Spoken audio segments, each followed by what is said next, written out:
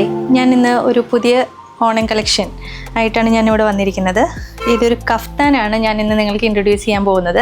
ഇതിൻ്റെ കളറ് പറയുന്നത് മെറൂൺ ഷെയ്ഡിലാണ് വരുന്നത്.